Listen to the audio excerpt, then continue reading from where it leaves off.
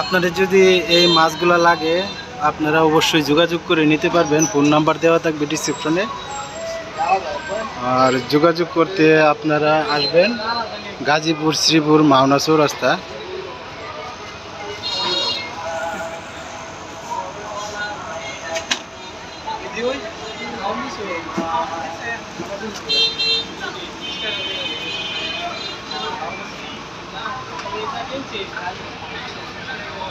দোকানটা হচ্ছে ওনার ওই যে বড় ভাইয়ের, ওনার সাথে যোগাযোগ করে আপনারা আসতে পারেন।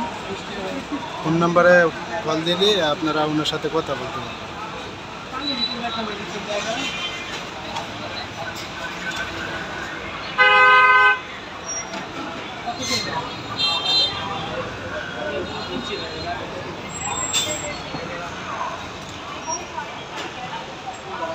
Yeah.